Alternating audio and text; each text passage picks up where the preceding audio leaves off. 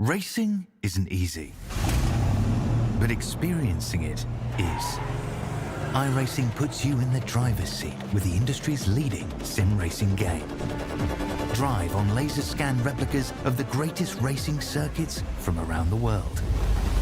Go head-to-head against other drivers chosen by skill-based matchmaking to ensure competitive racing at every level.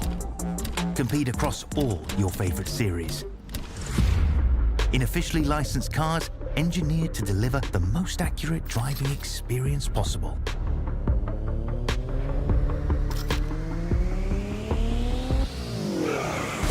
Join a race or host your own with players from across the globe. Race against the computer or in a league with friends. Feel the thrill behind the wheel. Visit iRacing.com.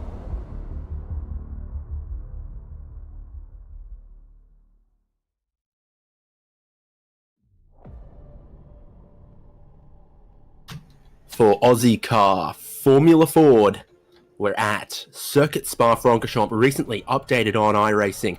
As beautiful as ever, one of the greatest racetracks anywhere in the world. And it's all ours for tonight's racing on Simspeed TV, bringing you live coverage of Ozicar. David Haynes with Jason Fewens and Jay Kennedy on the production. All sorts of cars. Everyone loves this racetrack, Jason. It's always super, super popular. These are some slipstreaming little race cars. Is that what we're going to get out of today's race, or is it going to be about the weather and the tyres? Yeah, good evening, Dave. Good evening, everybody. It's one of those circuits, you either love it or you hate it. Most people love it. It is very fast-flowing. It's very tricky and undulating. It delivers just about everything you'd want out of a good race circuit. Tonight, slipstream is going to be important. It's going to matter of keeping a clean car. We've got 14 very dedicated drivers on the grid tonight to round out our final round for Season 4 2024. As we have a quick look at the track map as we zoom in, and you will see it in amongst the hills here. It's very unique and very much loved from a lot of the iRacing community. It's you can see it there. It's very, very... Lots of left-hand off-camber corners, right-hand switchbacks. The bus stop, turn 18 and 19, is going to be a really critical passing opportunity tonight to get that good run to complete your lap. Very famous certain corners around the circuit as well to keep an eye on Rouge and Radion being probably the highlight of the circuit. If you're racing in Vegas, you might want to put it all on Rouge. See what happens here at Spa, though. So much history, so many kilometers around here as well. So 19 turns, just over 7 kilometers clockwise. It's longer than Bathurst, but it doesn't have more elevation change than top to bottom of the hill at Mount Panorama. That's always the comparison to make. What about this weather? Get a look at that. Rain, and relatively heavy rain in patches, coming and going, sort of 5 minutes of light rain, 5 minutes of heavier rain. We've got a lot of racing ahead of us to see what the weather might do. Qualifying just about wrapping up now. It was 10 minutes, and we get into this 50-minute or 18-lap race to decide a championship in Ozicar. Take a look at that. Switching across into the race, just a tiny bit less rain, but you can see some yellow on the radar. Could be tough. Let's look at that grid. It's got Jamie Stovald and Adrian Duke on the front row. Lap times over 3 minutes with these cars in these conditions. And then Sam Chapman and Tony Baker, Brody Shepherd and Ben Miles as our first 3 rows of the grid. It always separates the top from the bottom of the field in greater time when it's raining. Some drivers take like a duck to water in the conditions, and others can really, really struggle. Sean Doyle and Michael Cullen are the next row on the grid. And then Sean McKenzie and Ira Felberg. John Snell, the last driver with a qualifying time. Nathan Verney is without one. So too Tim Harris and Warren Henry.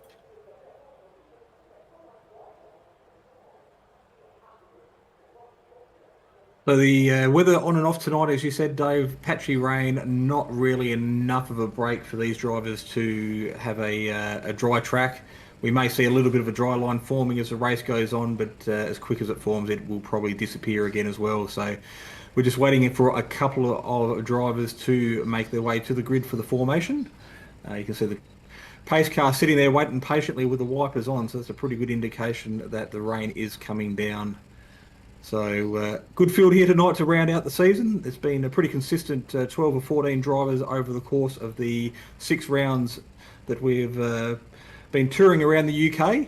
They've piled everything into the transporters across the ditch to Belgium, and we are here at probably what is one of the better grand finales for these little Formula Fords tonight.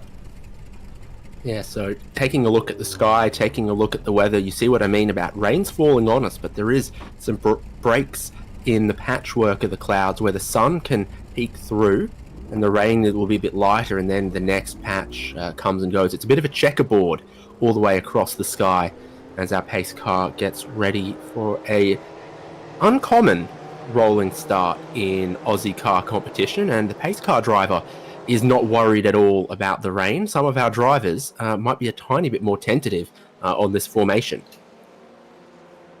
Yeah, it'll be interesting to see whether they've spoken about beforehand and go single file through the bus stop. We'll find out soon enough, but the pace car doing a pretty good job of leading them away.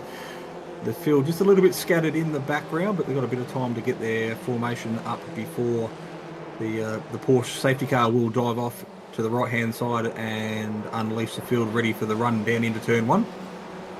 Safety car driver doesn't care whether it's rain, hail or shine. He's doing 60 miles an hour regardless. So that for these little cars on their skinny tyres in these wet conditions, a lot harder than a Formula 1 car to maybe keep up with it in the dry. So some corners that are not really a challenge in the dry will be a challenge in the wet for these drivers. It's always what happens when there's less grip, and Blanchimont here is one of those corners. He doesn't look like he's got a care in the world, does he? Focus, eyes forward. No, he's pretty talented there. He's strapped in, safety first, as they make their way down into the bus stop, face full of concentration. I bet he even wears sunglasses at night. He's that cool. Nothing phases safety car driver. This is the final bus stop chicane, a green flag awaiting us on the Grand Prix layout with the Grand Prix pits. 80km/h pit lane speed limit over there. Starting zone here before La Source, different to the endurance pit lane. That green flag waves in the rain at Circuit Spa-Francorchamps. Jamie Stovall's the driver on the inside. He's easy to see in these conditions. Adrian Duke in the coffee, maybe disappearing a little bit. Down the inside, Tony Baker made a whole heap of ground up into second place and finding some traction through La Source. Looks like Ira Felberg's the driver who's gone a little bit wide. Wrong side of the curb in turn 1.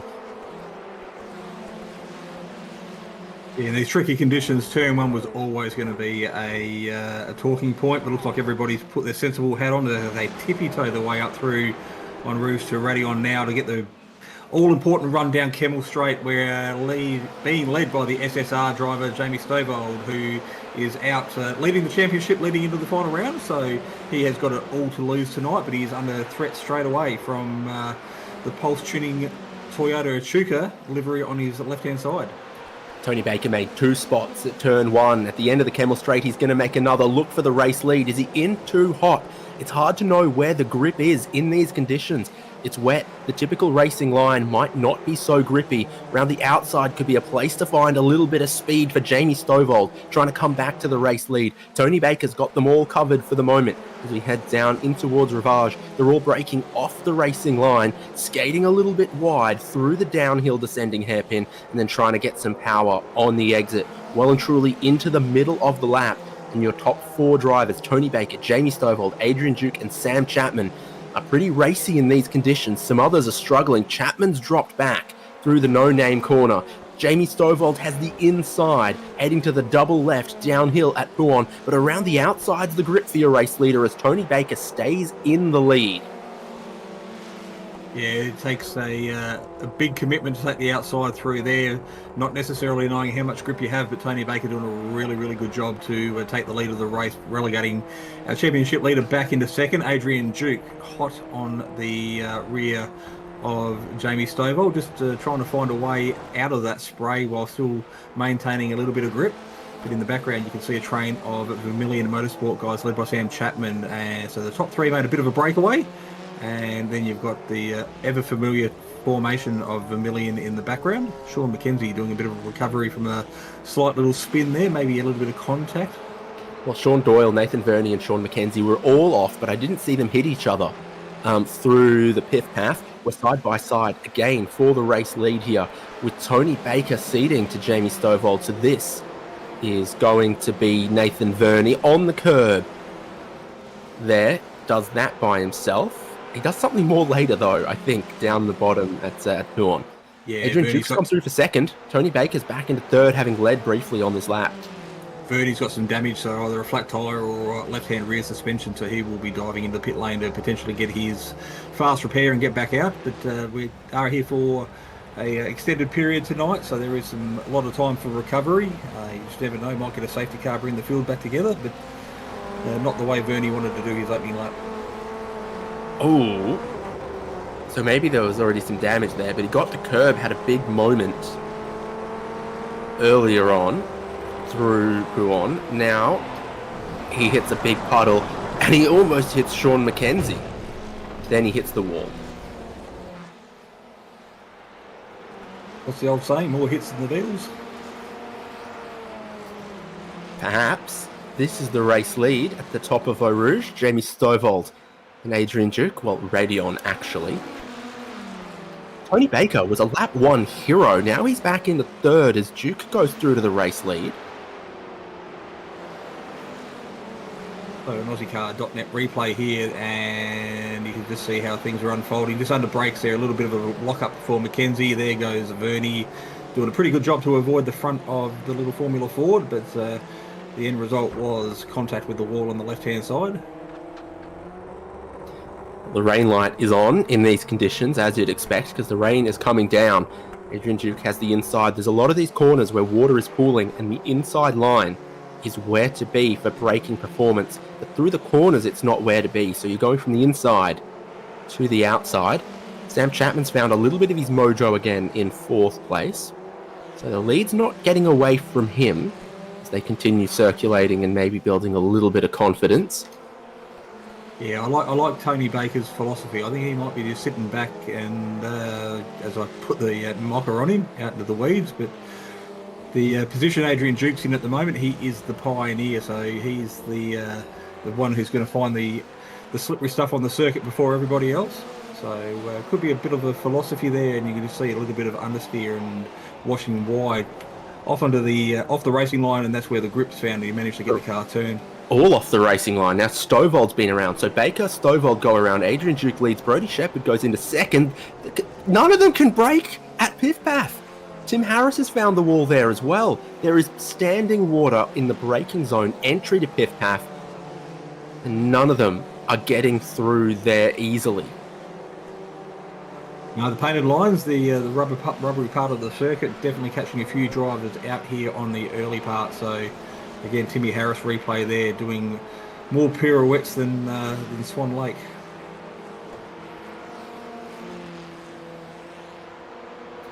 Speaking about the pioneer, can I book you for July 24th next year, Jason? We're going to go to Salt Lake City for Pie and Beer Day. Sounds intriguing. Schedule that one in for 2025. So, completing the second lap of racing, and they are big laps here at Circuit Spa-Francorchamps. Adrian Duke has an almost 5-second lead from Brody Shepherd and Shepherd's teammate Sam Chapman.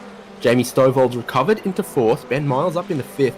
Warren Henry, check him for webbed feet or something, because he had no qualifying time. 14th on the grid. Now runs in seventh, biggest mover throughout this race. Through the final chicane, I think that's Sean Doyle getting back on his feet and passing John Snell. So the laps slowly ticking by. 10 minutes completed of our 50-minute feature race here to round out the season. And we've already seen quite a few of our more experienced drivers that we would expect to see up the pointy end come a victim to the weather that is being presented to us here tonight. But Adrian Duke and Jamie Stovall, a couple of the early casualties, along with Tony Baker. And if we have a quick look around the circuit, there's about 4 or 5 cars all facing the wrong way at the moment. So tyre temperatures should be up to maximum capacity at this point. A lot of drivers still having trouble. Yeah, I've jinxed Warren Henry. So after you jinxed Tony Baker, we're all square. And we'll both need an escort to get out of here. Police escort, perhaps a bit of security. Yeah, there's the weather conditions, still cloudy. 86% raindrop is quite a bit of raindrop, and it shows. You can just see the amount of water that's pulled around the circuit. So just there on the left-hand side, you want to stay out of that. Car is going to aquaplane, and along with any painted curbs, painted lines, that's where you really want to try and keep your wheels off all that kind of stuff. You can see drivers just searching for grip around the braking areas, some unorthodox lines, but I'm sure it makes sense to the drivers in the cars.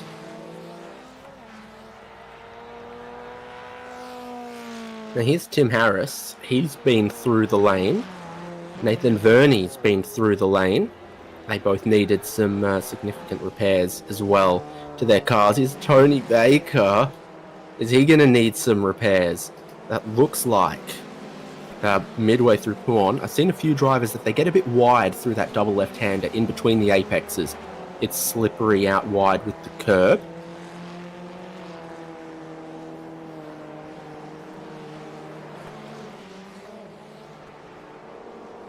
So here, good line through the first bit, and then white line. Yep, white line fever, and once the left-hand wheels touched that, he was literally just a passenger. So Sean Doyle making his way back onto the circuit as we see Ira Felberg, Mr. Ozicar himself, go for a play in the kiddie litter. That braking zone is absolutely lethal on the way into the right-lefts at the Piff Path. Lap after lap after lap, you're seeing drivers, even those trying to be cautious, get in there and struggle on the braking. Sometimes losing the rear very, very early, sometimes getting a little bit of the pooled and puddled water. This is on board with Tony Baker after Blanchimont. I think the rain has lightened up for this next 5 minutes, but it will come and go. The checkerboard pattern in the sky, and Tony Baker's heading for pit lane. Yeah, definitely some sunshine out there at the moment, but it is going to be short-lived as you would expect. You can see the radar at the start of the race. There was plenty of wet weather about the place, and we did speak about the possibility of a little bit of a break in the weather. So here we are at where we've got 40-odd minutes to go as it just ticks over. Still plenty of racing to be done, but plenty of weather conditions still yet to change. Sam Chapman in third, Jamie Stovall in fourth. Track still very wet, but the visibility looking better. Here's Jamie Stovall through the spray, closing in on third position right now. Up the Kemmel Straight, massive advantage to be had there, but he's being very careful where he brakes and how he brakes into chicane at the end of the Kemmel Straight here.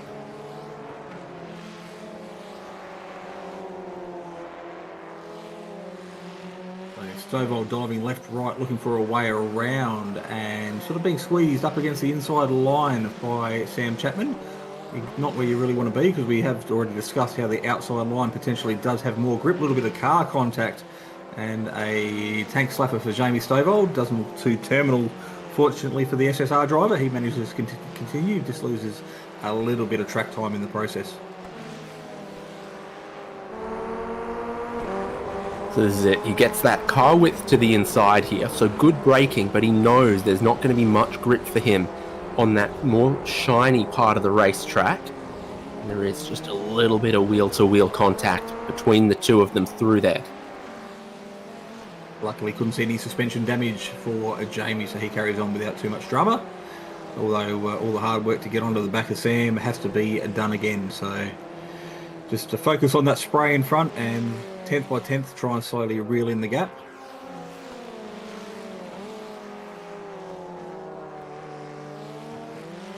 Pretty good consistent times by Brady Shepherd though as well, sitting in P2. We haven't really spoke about him a lot so far tonight, but out of all the drivers, I think he's one of the ones that has potentially kept his nose clean for the longest. Adrian Duke is leading, of course, but we have seen him do some off-track excursions so far in the short time the drivers have been on track. Take two, Sam Chapman, Jamie Stovall, staying a car width wide of the curbing on the inside of Blanchimont, trying to stay within the white lines and not touch the curbs. Inside line's the braking point for the bus stop chicane.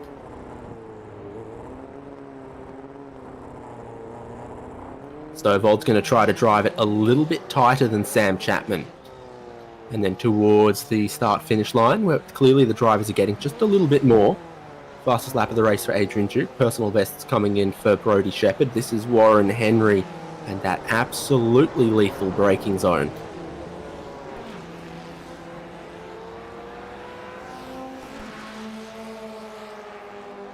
Back to live pictures, going back down past the Grand Prix pit lane, underneath the bridge, ready for what is potentially one of the trickiest parts of the circuit, the off-camber change of direction as they make their way back up the hill.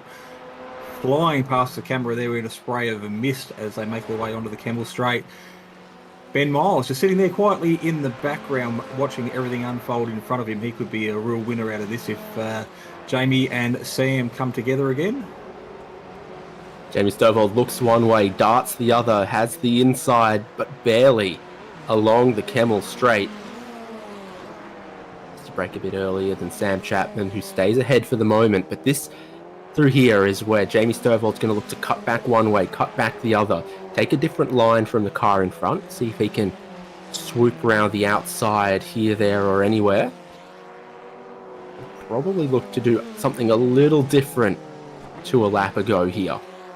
Yeah, Sam being pretty defensive out there at the moment. He's been doing everything he can to hold on to position 3, but got to remember there still is 36 minutes of this race to go. So long way to go before the drop of the checkered flag as Sam moves across to the left-hand side of the circuit to cover off another challenge from Jamie. Now into what's proved to be a very difficult part of the racetrack. Through Pouon, and it's been difficult for Brodie Shepherd as he's slow and around from second place, and it'll drop back. Chapman goes through to second. Jamie Stovall goes through to third. This is the braking zone that they've all been getting wrong. And everyone stays on the track this time. This is what happened to Shepherd, who was running in second.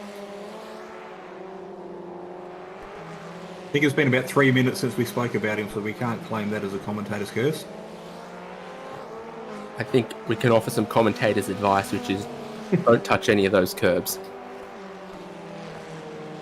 So it does make it interesting. That's given Adrian Duke a lot of breathing room, though. He is some 12 seconds ahead of the battle pack for second, third, and fourth, which is on screen at the moment. So Sam Chapman, Jamie Stovall, and Brodie Shepherd. Another replay, and potentially Tony Baker making his way through the long left-hand corner, and I think that's the third time he's done that there or thereabouts. Do you have any advice for how drivers could take that corner differently? Well, whatever they've been doing, my advice is to do the opposite. Yeah, Oh, diving into pit lane. We're having everyone from the top four: Adrian Duke, Sam Chapman, Jamie Stovall, Brodie Shepherd, so probably some others to follow them as well.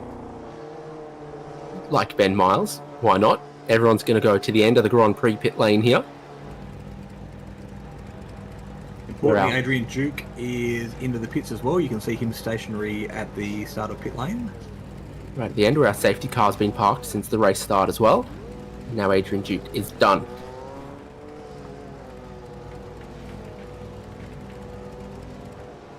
So a little bit further back in the field, looks like someone sent out the memo and everybody diving for pit lane at the moment. So everybody working off the same strategy. They may know something that we don't know in regards to potential weather coming. I think from what we were looking at earlier on in the race, we are about to see a significant change for the worse.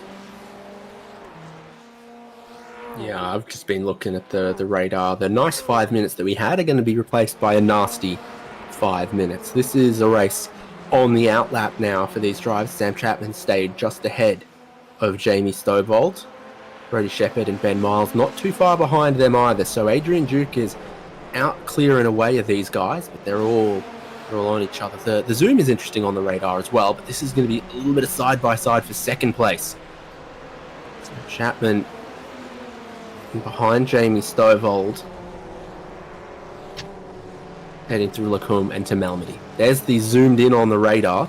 So the rain starts about here on the racetrack, towards Rivage and Stavilo end of the racetrack, then eventually gets its way towards La Source and turn 1 as it flows in from the southwest. Yeah, the uniqueness of the circuit being so long and between points A and point B means there can be certain dry parts on the circuit, and then in the later part of the lap you could be driving into some torrential rain. So tricky conditions for the drivers out there. Probably a good call that they did all dive into the pits when they did, because if the rain is starting again, it'd be nice to get your tyres back up to temperature early before the rain sets in, because we have seen just how difficult it was on the early couple of laps where it caught out. Pretty fair to say just about every driver in the field had an off-track excursion.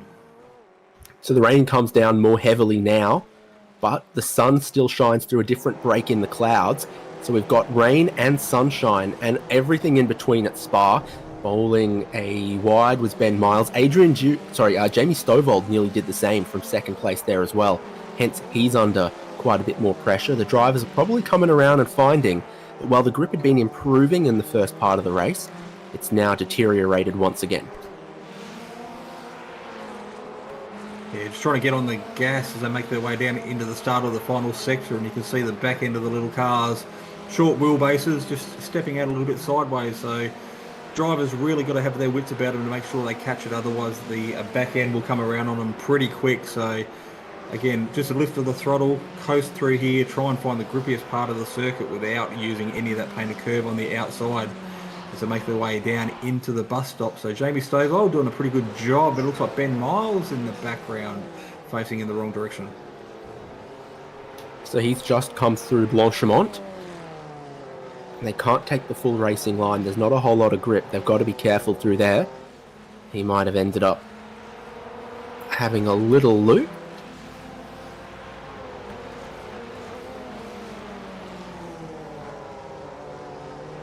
Stovold braking on the regular racing line, then comes around the outside of Brodie Shepherd. Stay ahead. This is on board with Shepherd. He's getting a nice little shower there. Got your garden hose on the mist setting for sure. So potentially part of the dry part of the circuit on this part of the lap, but by the time they get around at the end of the Kemmel Straight here and they start making their way back downhill, I would expect to see the raindrops start forming on the drivers' visors, as they will have to cater for the changing weather conditions as the lap continues. So Shepherd thinks he's got an opportunity here. And I think he does as well. Second place. Yeah, despite the slippery conditions, the draft benefit was well and truly on show there, as he just drove around the outside of Jamie Stovold. Not a lot he could do to defend that apart from hugging the inside line. So Brodie Shepherd takes control of P2 with Jamie Stovold and Sam Chapman making up your second, third, fourth on track. But out in front, Adrian Duke, our leader, fastest lap of the race here, has a 12 and a half second gap to the battle pack behind. So these three guys here on screen probably don't even see the leader for the best part of the lap.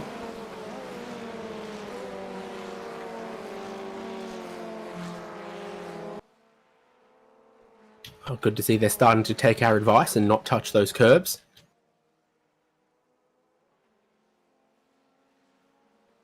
What about braking here? Water beginning to pool again. You see the rain falling.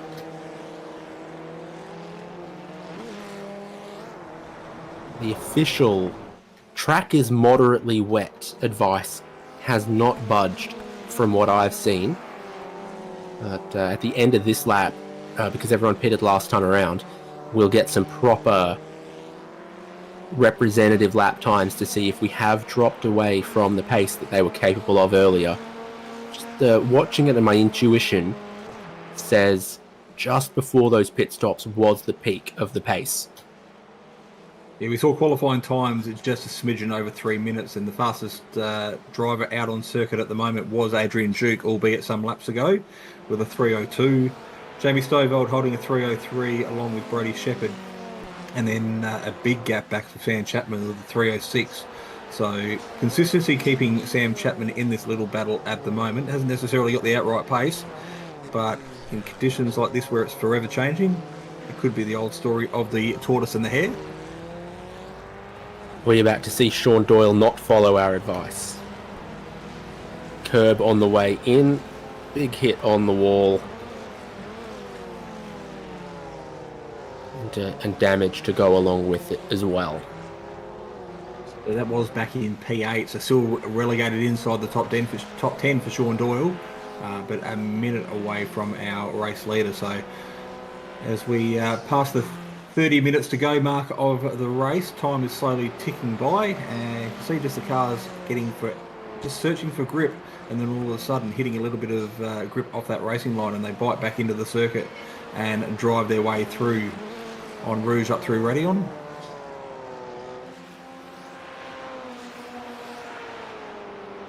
And the Camel straight. They're kicking up a lot of spray, more water falling down. Very hardy fans on the hill there, no doubt. The weather very, very reminiscent of Formula One both this year and last year, I think, with a lot of dedicated fans standing there in the rain on the left-hand side of the Camel Straight. Thankfully not reminiscent of the 2021 Belgian Grand Prix, because we're actually going racing. This is a look at Warren Henry at Blanchimont, and then no longer at Blanchimont because he's touched a little bit of the outside curb and touched a little bit more of the wall.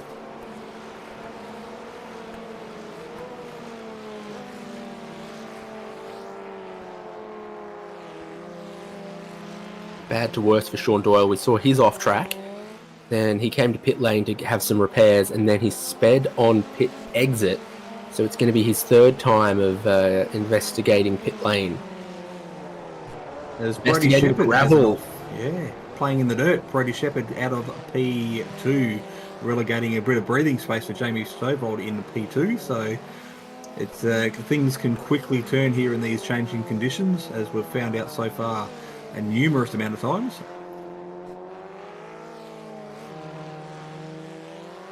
The race leader's last lap, a 3:03.6, so 1.5 seconds slower than his best. Jives with what I feel from the conditions here. Having had that little bit more rain come through that is about to stop. And then maybe the times will improve a little bit more again. A few of the drivers probably would like it to be slightly less wet, even if it's going to remain wet. There's the live radar, and you see the green patch of rain that we're in slowly beginning to give way. We just crossed the halfway point of the race. Adrian Duke leads into turn 1, and it's a nice little lead that he's been able to work out. Tony Baker has run wide in the middle sector. Yeah, it's been a bit of a topsy-turvy year or season for a lot of these drivers. I think this is the second out of 6 races where it has been significantly wet. I think we've seen a little bit of overcast, changing conditions. Would you like to trade your luck with Sean Doyle, because he has a black flag? He's probably on his in-lap to serve a drive-through penalty, and he has drifted and drifted and drifted and done a full 360, and then almost not been able to get out of the gravel. He hasn't damaged a rear wheel to be one-wheel drive, has he? No. Or is it just very slippery gravel? Potentially done a Lance Stroll. We know just how compacted the gravel got there in Interlagos a couple of weeks ago, and just saw how difficult it was for some of these open wheeler cars to get some traction and drive out of the gravel. It is designed there to slow you down and bring you to a stop. So I think Doyle did manage to get out of it, but might have had a little bit of drama in doing so. Oh, live pictures. Tim Harris at Blanchimont, 3/4 of the way to backwards, which means he probably locked eyes a little bit too feverishly with Warren Henry, who came through and into the 8th place. Yeah, Warren Henry tightening the screws, applying a little bit of pressure on the tail end of the top 10 to get the move done there on Timmy Harris as he drives into pit lane for what is potentially an unscheduled pit stop. And so does Sean Doyle to serve his drive-through. And Well, that's another look thing again. we probably haven't necessarily spoke about, Dave, is incident points that these drivers are potentially accumulating, because we have seen a lot of off-track excursions, and certainly around this circuit, from experience, I can tell you it doesn't take long to rack them up.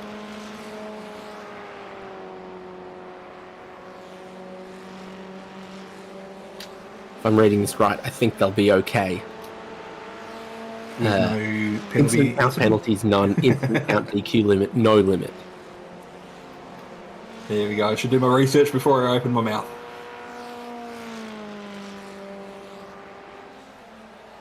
That probably explains why we haven't spoke about it. Adrian Duke leads now 16 seconds. Jamie Stovall in second place has looked like he's been able to get away from the Vermilion competitors. So Brodie Shepherd and Sam Chapman just a little bit back off of Jamie Stovall now. He's put a tiny bit of time into them, and he's about to come through picture. Adrian Duke likes this brief break in the rain. So he puts in a 3:01.5. Jamie Stovall is going to have a 3:02.5. And Brodie Shepherd, 3:02.9.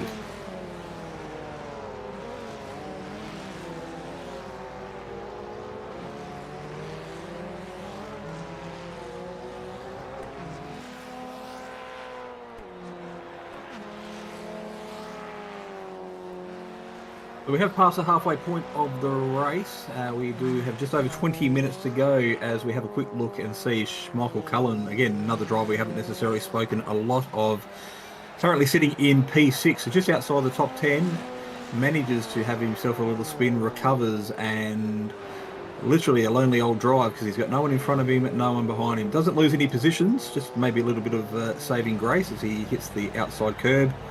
Manages to do a bit of a flick spin, keeps it off the wall, and continues on his merry way.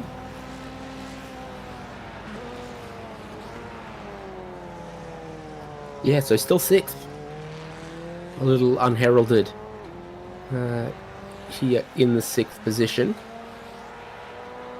He does have about a 24-second buffer to the cars behind, and about a 26-second buffer to the cars in front. So he is literally just hot lapping by himself. But unfortunately, that does mean he hasn't got anybody around him to use as a bit of a benchmark going into some of these corners. So every time he approaches the corner, he is the pioneer. He is the person to dip his toe in the water and find the slippery part of the circuit, or the grippy part, depending on if he's successful.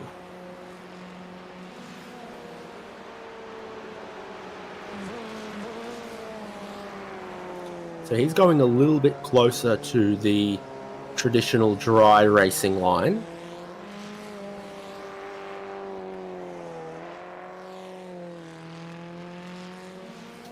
Rain is still falling in that part.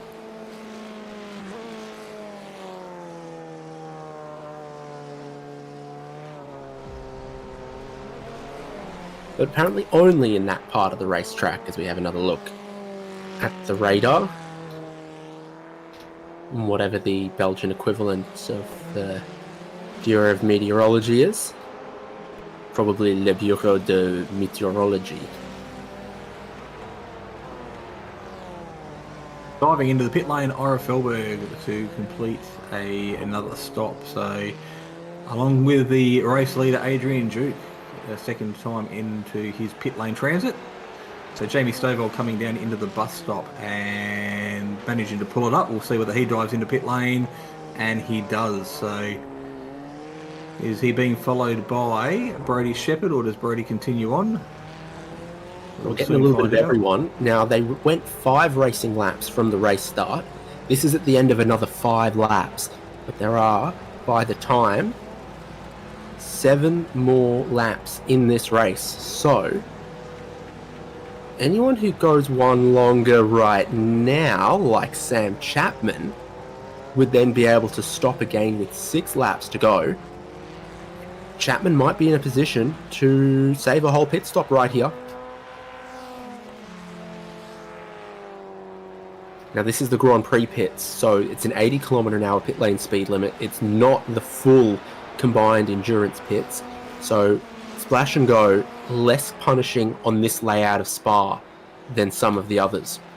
Yeah, particularly if you're Sean Doyle and you got your black flag a little bit earlier on, that would have been a big bite of the lip as you trundled down the extended pit lane for potentially what is twice the journey you would do if you're in the layout that we do have.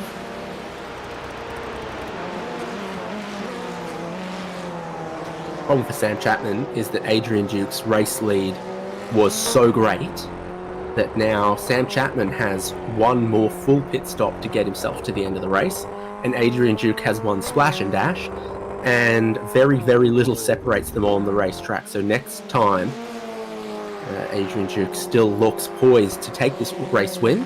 Chapman could be headed for second.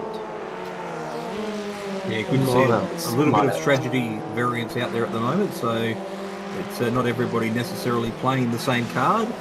With Sam Chapman leading the way at the moment. If he looks in his mirrors amongst the mist coming out the back of his axles, you'll see Adrian Duke hounding him, looking for a way around. I was about to say Ben Miles, and this is him on the outlap, very early on in the outlap. Bottom of picture, battle for the race leaders on as well. But that is too much curb. That is way too much curb at the left-hand and bottom of the hill, Eau Rouge. Race lead still on here. In-lap for Sam Chapman, out-lap for Adrian Duke. Duke has got immense speed. What he hasn't had to do much of lately is pick a line to be able to go around someone. Yeah, Duke's had breathing space pretty well from halfway around lap number 2, I think it was, without too much threat from behind. So this is potentially the first time you've seen a car in about 8 laps. Looking for a way around the outside of Sam Chapman, and there has been a little bit of car contact, and Chapman goes around into the dirt, into the wall, and continues to spin, facing nose first into the wall. So he will potentially be ruining the opportunity there to make his way back to the pits. On the way he's crabbing back onto the track, I think he may have some suspension damage. I think you'd be right. So that's a real nail in the heart of that strategy that Sam Chapman was trying to follow. Meatball flag for his troubles. Yeah, so he's going to have to pit in this lap regardless. He does now. So Jamie Stovall goes through into second. Brody Shepherd goes through into third. Michael Cullen might pick up a spot through this as well. I don't think Adrian Duke probably realised that Sam Chapman was off strategy, so didn't necessarily need to make the move at that particular time, because Chapman would have been diving into the pit. So we'll just have a quick look on board of Chapman there, and wheel-to-wheel contact. And I don't think Chapman necessarily would have even seen that coming. He was just literally a passenger once the rubber made contact with each other. So he drives into pit lane, gets his fast repair done, and he will have to come out and see if he can get that thing back to a reasonable position at the end of the day. Rate this from Michael Cullen. He's just gone 6 laps, so he's going to try to follow the same strategy that Sam Chapman was on. It's just behind Chapman, who comes out in 4th place ahead of Ben Miles. Tony Baker hits after 5 laps, but he ran 6 in the opening stint. So Tony Baker, Michael Cullen, Sam Chapman, the drivers looking like they could make a 2-stop race out of this. Almost everyone else headed for 3 stops at Spa.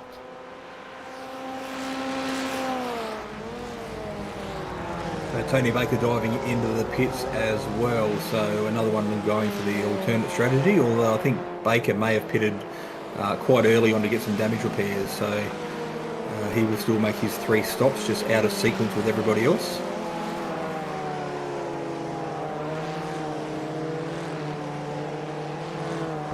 John Snell and Ira Felberg having a little bit of fun.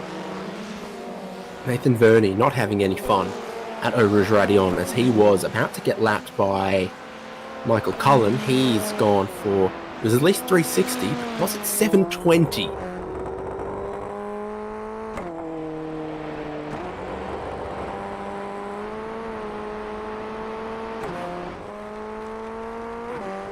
There's the onboard.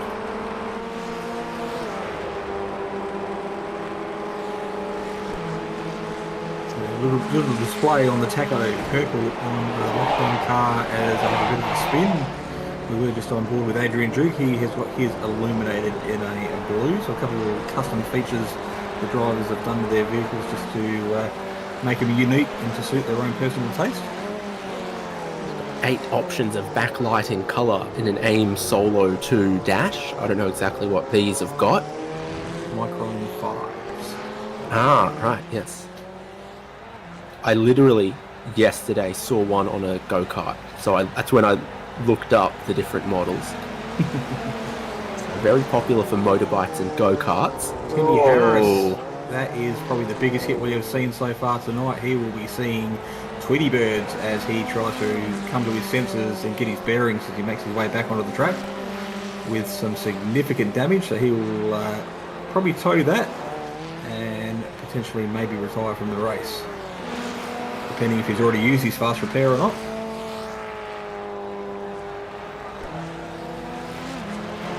Could even be day done for Tim Harris because he's already used a repair from earlier on in the race. Little Ted Kravitz pit reporter in the background giving us little vital bits of information to keep us up to date with exactly what's happening. That's incredibly unfair to Jay Kennedy. I don't know if he could. Jay's got cars like Ted. He's not doing too bad.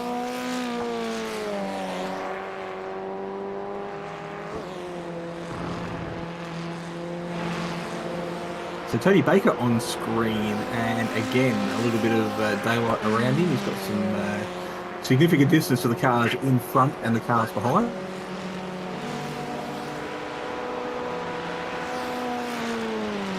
Has completed what we believe is his final pit stop as he makes his way around through the later part of the circuit. Doesn't seem to be any real significant rain falling from the skies, and just as I say that, you can see it on your screen to starting to come down ever so slightly.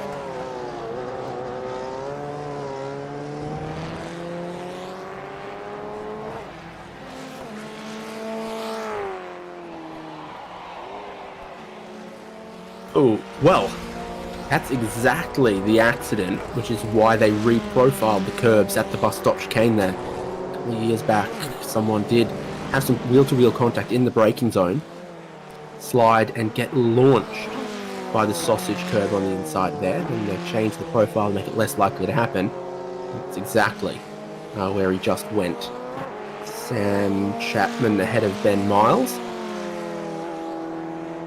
Million Motorsport teammates there with each other for company, so probably a little bit far back at this stage to put any real threat on for Brady Shepherd. So despite teammates, they will be fighting for position as Sam Chapman has a bit of a spin and lets Ben Miles through without too much of a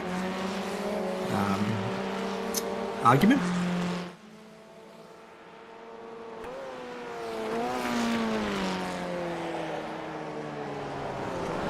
Again, Ben Miles returning the favour, going Bush, taking the off track on the Joker lap, as it were. Manages to stay ahead of Sam Chapman and retain 4th position, but that gap closed significantly than what it was literally less than a minute ago. He went right, but the racetrack went more right, and their diverging paths had him out in the grass. Adrian Duke, a very nice 15-second lead over Jamie Stovall, and Jamie Stovall a little bit more advantage over these two teammates.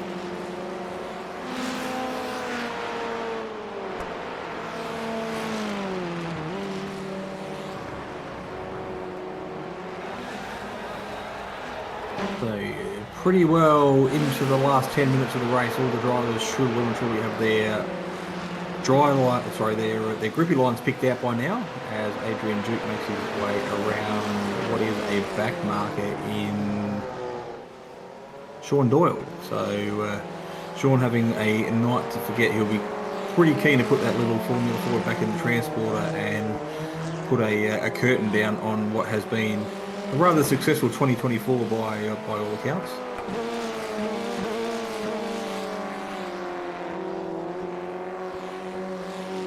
More rain coming down in the final stint right now. Leader of the race, currently lapping everybody up to P8. So Warren Henry will be his next target, but Warren being almost a minute up the road, so unless something significant happens in the last 7 minutes of the race, that will potentially be the last time our race leader has to deal with any back markers.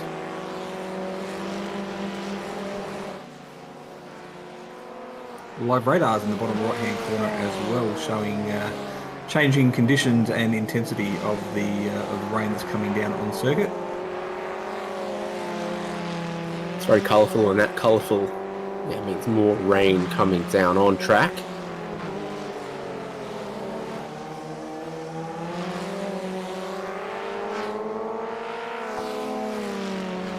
So this will not be the lap that we see many more pit. But one thing to keep an eye on is Adrian Duke's pace here, because it's not yet decided how many laps this 50-minute race will go. Adrian Duke's been lapping at just over 3 minutes a lap. He gets to that start-finish line and it's less than 6 minutes. This race may go one lap shorter than I was initially thinking, so it's super touch and go, just based on that time in the top left. Brody Shepherd in the picture. Again, the racetrack goes right, Brody Shepherd goes right, but not enough. 6:10 on the clock. Timing line's very early out of the final chicane. I think we still go 3 more, but it's super touch and go. I think maybe we only go 2 more. Adrian Dukes has done a 3:05. Yeah, it's right on the cusp, isn't it? If he continues to do 3-minute threes, he's really going to be right on that verge of crossing the line. Either I'll be on the wrong side or the right side, and that could play part in just how much fuel people are using and whether or not any of these drivers do have to actually make a final pit stop in the splash for dash. So I do recall a driver in America on the ovals going back some time, having a significant lead, 4 laps I think it was from memory, and managed to pull it up and play that car just to make sure he got it home without having to make an extra pit stop. So what we've got to look out for next time for Adrian Duke when he crosses the start-finish line is the white flag waving or not.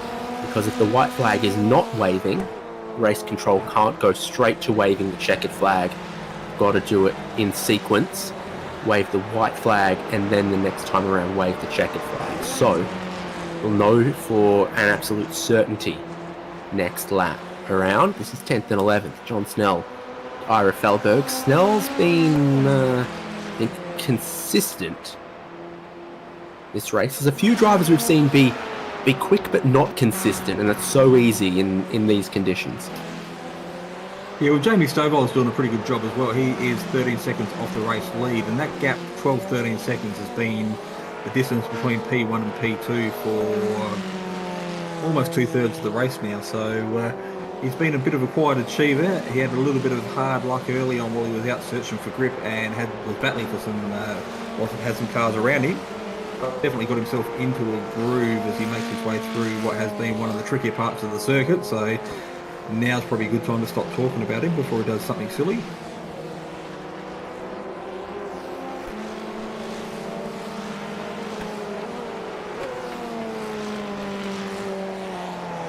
Brady Shepherd in the background, another 6 seconds back. So definitely not out of this as well. So a little hiccup from Jamie and Brody's in on this as a potential step up on the podium. So this is going to be coming towards the end of 5 laps since Adrian Duke, Jamie Stovall and others still pitted. So I wonder if Adrian Duke pits in this lap and what effect that also has on our timing. It is still super touch and go as he navigates Blanchimont and heads towards the final braking zone of the lap. So Chapman's skating through a little bit of the off-road, but this is super important for the race right now. Adrian Duke has to pit, which he does, and whether that means Barney waves the white flag at him in the pit lane, it does. Yeah, 3:05 the last time that Adrian went round on a flying lap, so we are under the 3-minute mark now, so we have white flag being waved. Jamie Stovall into the pits as well, so an absolute splash and dash as Brady Shepherd makes his way in, so all these guys that were on the three-stop strategy are making their final pit stop. We will have to keep an eye on Sam Chapman because he was the first of the drivers to roll the dice and try and make it a two-stopper. There's many a weekend I operate on a three-shop strategy. Normally it's Bunnings, Woolies, BWS. Get the trifecta happening. Don't go to the supermarket hungry, so make sure you grab a snag first. That's the strategy. So just a quick splash and dash to get them across the final lap of the race. For Adrian Duke, Jamie Stovold and Brodie Shepherd. As Jamie Stovold rejoins, he's got Sean Doyle just getting his lap back. Ben Miles also in the pit lane. Sam Chapman probably won't need another stop. So he's going to see the white flag out on track and be one of the very few drivers to do that. Tony Baker in 7th. He's in 7th, but he's not on the racetrack. Now he is. This could also be good for Michael Cullen. See if he picks up a spot as a few others hit. Duke, this is a victory lap for him.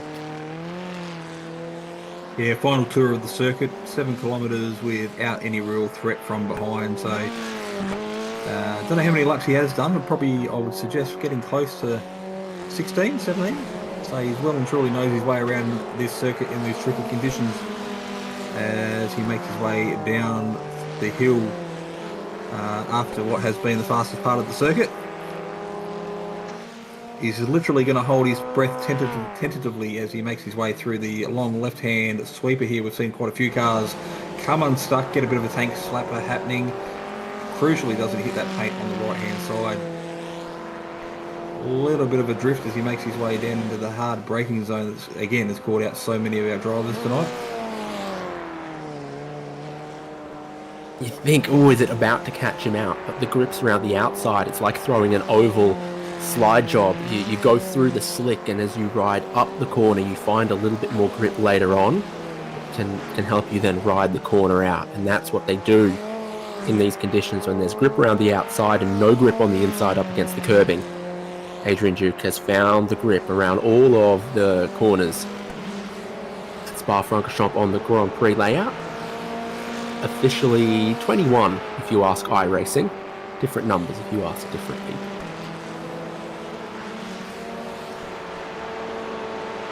We'll have a celebratory slide through Blanchimont as well, as he then is on the approach. Keeps it within bounds, off the white lines, off the curbs. He's had a decent lead, he's held a decent lead, and it's just the bus stop to go at the end of 50 minutes of Ozicar Formula Ford racing at Spa-Francorchamps and after Blanchimont. Adrian Duke, it's the checkered flag for him, having seen the white flag in pit lane last lap. He wins at Spa. Jamie Stovold is coming around here in 2nd place. One of the best drivers in the championship this season. I think the 2nd place will seal it for him. He looks pretty well pleased with himself as well on the podium in the final race of the season ahead of Brodie Shepherd in 3rd. Sam Chapman had a great strategy, but that contact and that damage has hurt his chance of a podium. We've seen him be really good in any race that's needed a pit stop this season. Yeah, he makes his way into the bus stop for the final time. The track conditions probably the best they've been since the moment the lights went green and we went racing.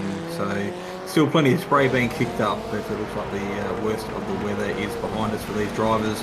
Right as the drop of the checkered flag, Ben Miles and P5, some 25 odd seconds behind teammate in Sam Chapman, making his way out of the bus stop for the final time. He is foot to the floor as he makes his way towards Barney and the drop of the checkered flag, and that will conclude his season for 2024. Quirks of the Formula Ford, I'm pretty sure they're all on the same tyre they'd be using if it was a completely dry race as well. Michael Cullen's got 6th, and his strategy has worked well to keep him just ahead of Tony Baker there. Don't count any of your chickens too early, as they've all got to work their way through the bus stop. Oh, Baker nearly did count them chickens too early. Michael Cullen will come for 6th, Tony Baker in 7th, and Warren Henry in 8th is the last driver on the lead lap, because you've already had Sean Doyle, John Snell and Ira Felberg cross the finish line after the race leader. Sun's in the eyes for Nathan Verney there.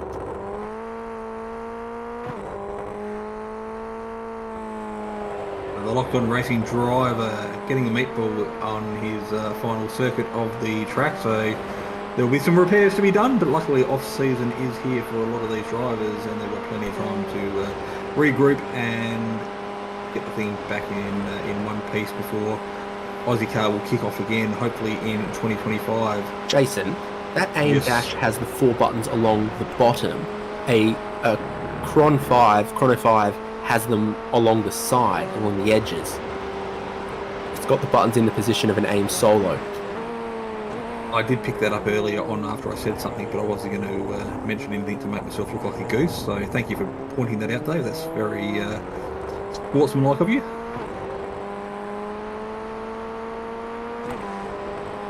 I think the one that's more for motorcycles and karting you can power by a battery, whereas this one you have to plug into the car normally, depending on how you wire it.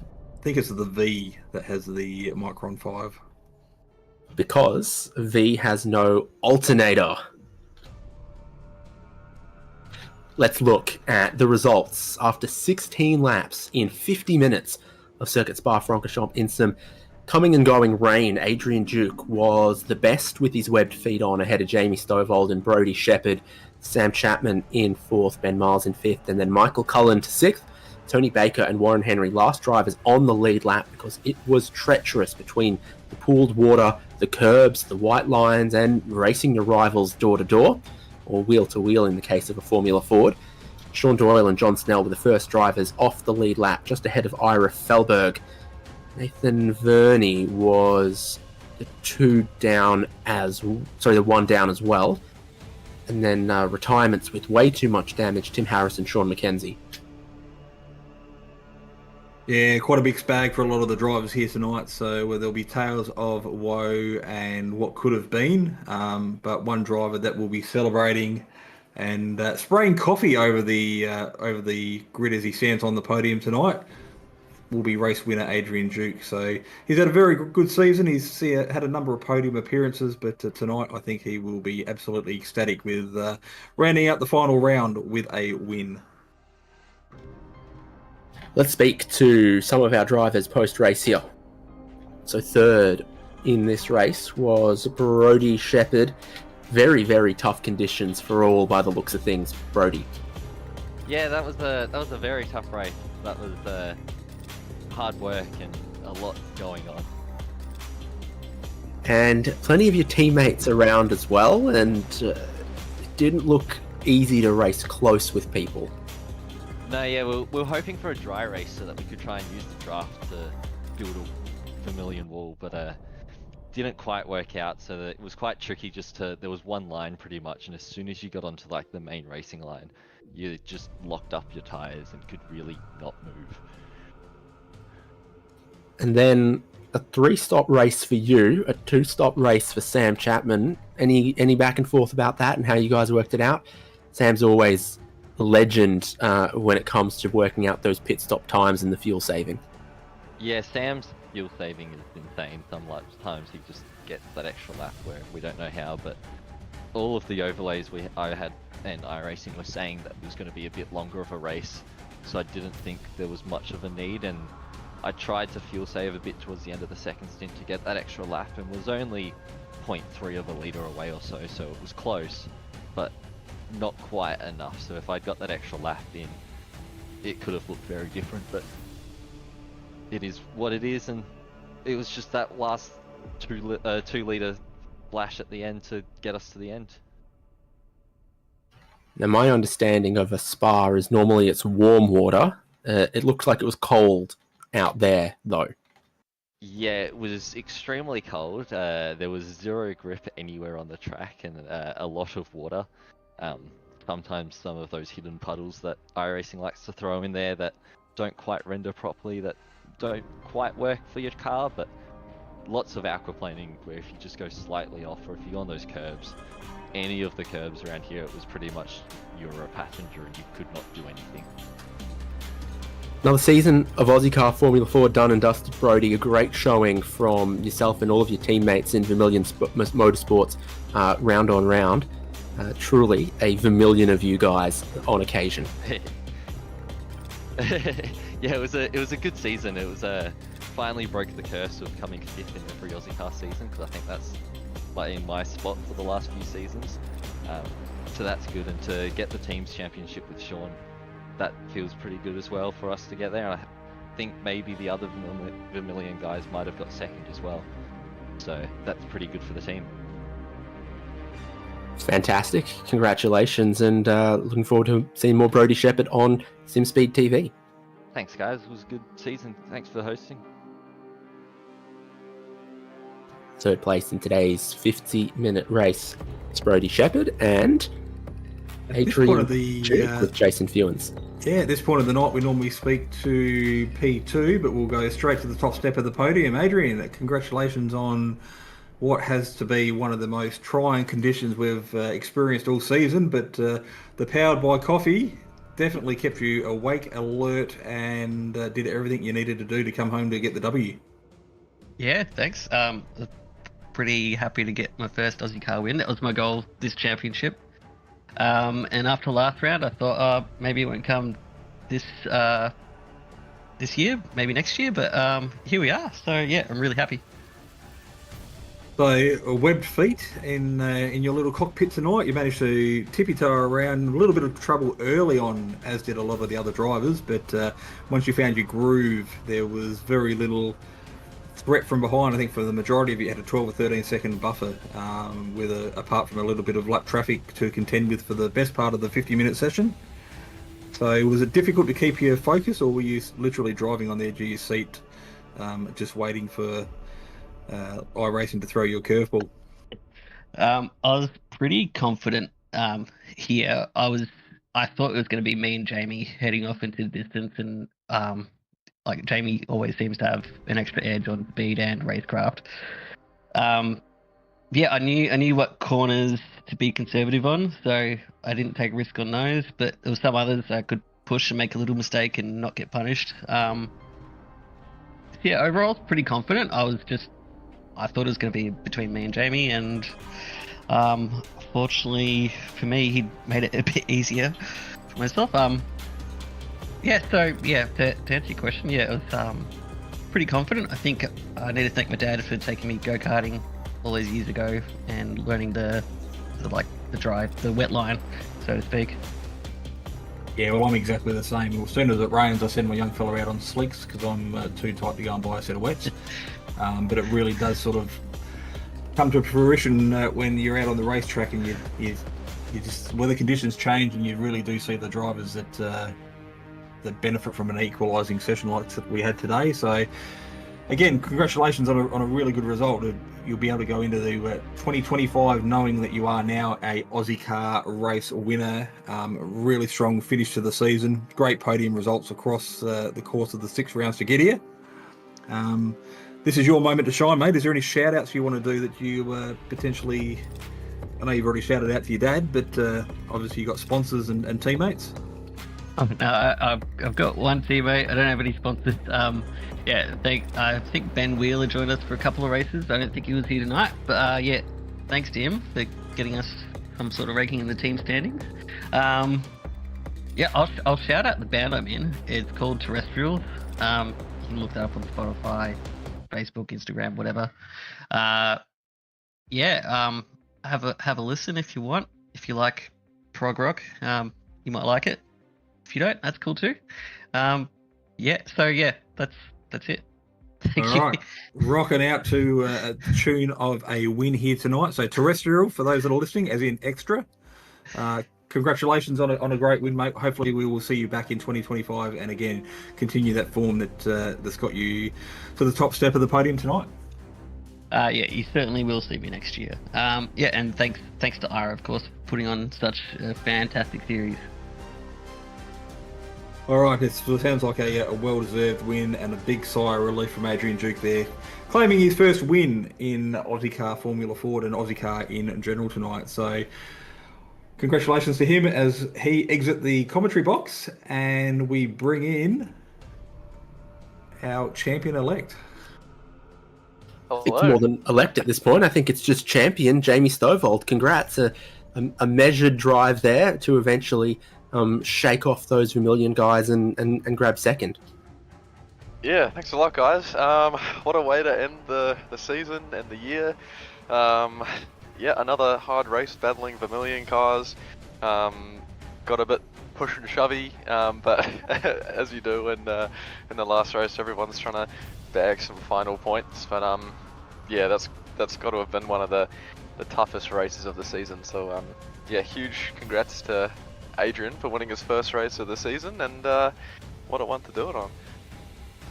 We were watching the weather radar, and it'd be raining at the end of the Kemmel Straight, but not raining at turn 1 La Source, and then it'd come and it would go. And did you ever really feel like on top of the conditions?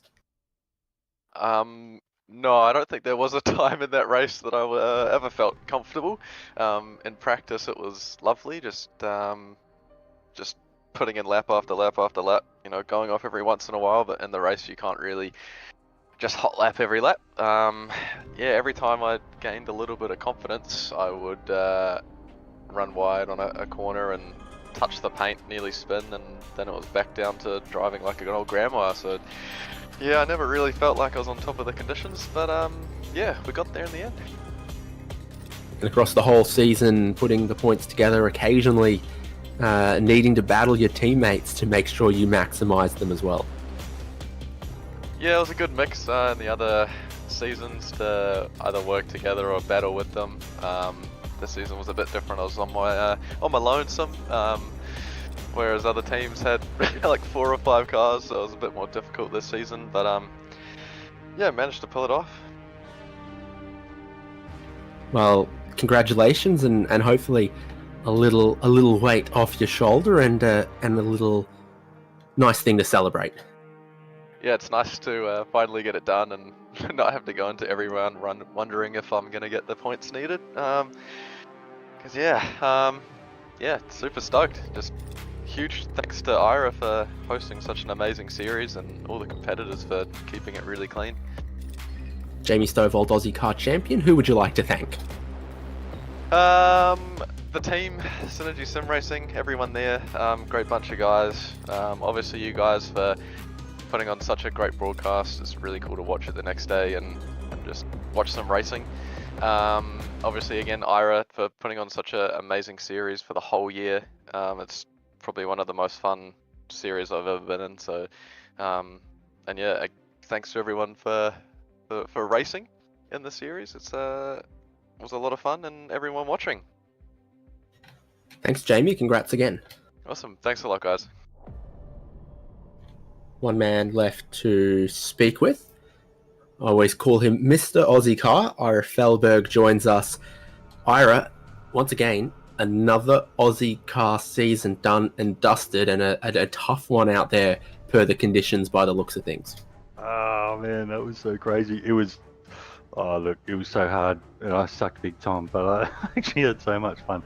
It was pretty crazy. Look, maybe even a bit too hard, but we try to go with real world conditions sort of thing, and in that car it's just skinny radial and all that. But hey, it's a bit of fun. It's something different. But yeah, I can't believe actually another season. That's the end of another year actually. So time flies. Is there a wetter tyre for these, or is that your one and done compound, one size fits all? It's just one tyre. It's a grooved radial basically, but I think like I'd have to look. I think it's only like a 12-inch radial or something. It's pretty skinny. So yeah, they're tricky to drive on, and it is a bit, honestly, in the rain. It's probably a bit too hard. I did a GT4 race the other day in the rain, and that was actually pretty good because you can lean on each other a bit and too. So hey, full credit to anyone who got a good result tonight and this season, because it was definitely a challenge, that's for sure, and that's what we try to do. And yeah, we're getting towards the tail end of the year. Ira, there's one more Aussie car event for people to put in their calendar. Yeah, so pardon me, December 15th, the Tin Top Cup, Sunday afternoon, 3 o'clock Australian Eastern Time, and that's like a free race for anyone who's interested. And the Mazda and the Clio are now rain enabled, so I'm going to throw them in as well. So it's really going to be, I mean, I don't know, but my favourite racing is multi-class. And obviously this is sort of leading up to next season. We're going to be starting off Tin Pops. at the start of the season as a lead up to the biggest event that I'll probably run next year, which will be the Bathurst 6 Hour. Yeah, so it'll be multi-class racing and sort of leading up as a bit of a practice to that. And it's a good fun race. The 86, the Mazda and the Clio around Phillip Island actually pretty well matched, and I've had a few people actually bugging me to throw in the Mustang, and it is a bit quicker a lap, but you can take a bit of power off it, and it's about the same, so I'll think about it, but I'll probably throw that in as well. So yeah, December 15th. And before I go, I just want to thank you guys, Jay, and everybody who puts the show together, because I know how much work goes into it, and really appreciate you guys rocking up every week and making us look good. Thank you. We're not far away from a new iRacing build as well. What's coming you've got your eyes on or like the look of? Yeah, the new BMW, the MR2, I think it is. That looks like a pretty good car. I think that's going to probably slot straight into the Bathurst 6 Hour, but we'll have to test it, obviously. And look, everyone will be all over the new Gen 3 supercars, but man, I'm a bit of an oddball. Like, I'm not too interested in supercars. Hopefully the new car's a lot better. The old car was, in my opinion, like really hard to drive. And look, there's plenty of leagues out there doing it, running that car, running good leagues. So yeah, but yeah, and there's a few tracks and a few other bits. And to be honest, like that rain tonight, halfway through, I was just, the way the sun was going down, the water on the track, was like, man, we're so lucky really to have something this quality. It was, like I said, I suck, but it was, honestly, it was incredible, like how, like a realistic experience it gives you. So yeah, I'm really looking forward to next year, and got a fair bit of interest. I think people pick leagues based on cars, and we love the Formula Ford, but it's not the most popular car. So yeah, it should be a bit of interest. The other thing is 3 classes in one race. They're all going to be 50-minute races. We're going to have safety cars and all that. So it is a bit of a mix-up for Ozicar, which I think you've got to do every now and again without being too, radical. But you're going to have, for you guys, it would be interesting as well. You have 3 different races in each race. Well, where are people going to find Ozicar? Best place at the moment is probably Facebook. Go on there. The website is operational, but we haven't touched it since COVID because of work life and all those kinds of things. So I need to update that. But yeah, the best place is either Discord or just Facebook at the moment. And all the details for the upcoming events will be there. Pleasure, Ira, and enjoy the rest of the year and into the new year. Yeah, and you too. And thanks, Jason, David, Jay, and everyone who works on it. Look after yourselves over the break and take it easy. Thanks again. Appreciate it. Thank you. Well, Jason, that brings us to the end of a season of Ozicar Formula Ford, where we've seen some great racing, 15-minute sprint races, 20-minute races with compulsory pit stops, a 50-minute race to round it out. Jamie Stovall's the champion at a wet Spa. Yeah, sounds like 2025 is going to be pretty exciting. Ira's definitely got things planned in the pipelines. He is very well organised, and that's just a credit to how he runs his league. So if you want to get involved, you found out how to get in contact with the league. There's a number of different social medias or via Discord, and that you too could be part of the fun that is broadcast every second Monday night here on Simspeed TV. You can have your name in the big lights, potentially talking to the likes of celebrities like David Haynes, and finding out just how you do mix up against some of these great drivers within the league. Ozicar Formula Ford was supported by Sim Racing League's Locked On Lads Prestige Trophy Badge and Engraving, and in support of the No Social Hate campaign. It's been an awesome season. Jamie Stovall is the Formula Ford champion, and I've been David Haynes with Jason Fewens, Jay Kennedy on production tonight, Daniel Yeaman some nights, and we've been delighted to bring you coverage of all of it, and culminating with this season and championship decider. We'll see you December 15th for Ozicar Tin Top Cup. Get out there and check if it's something that'll interest you at Phillip Island. Great racetrack. That's all from Spa here on SimSpeed.